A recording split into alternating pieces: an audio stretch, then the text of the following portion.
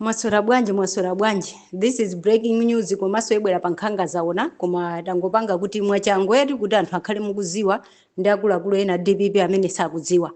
Phunziro Mvula, Chakwera, Nankhumwa, Atupere Muluzi, anthu amene afuna apite ku khoti akayimise zisankho kuti zosatira salengezedwe DPP abera zisankho.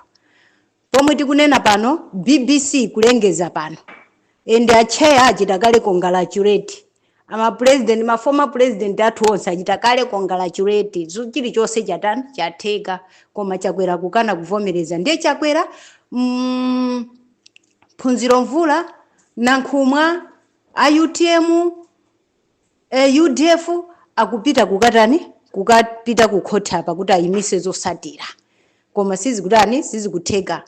Tiye na Malawi tikhale chero ndipo tizuke. This is breaking news. Ikuchitika pompano anthu ali pa meeting ndizoti zifuna zichitike. Kuja kwa lero mukhala mukumva kuti achina Chakwera, Phunziro Mvula koma Manganya wakaniratu Manganya kuti inayi wakana. This is breaking news and ikuchitika nthawi zino ndikunena pano.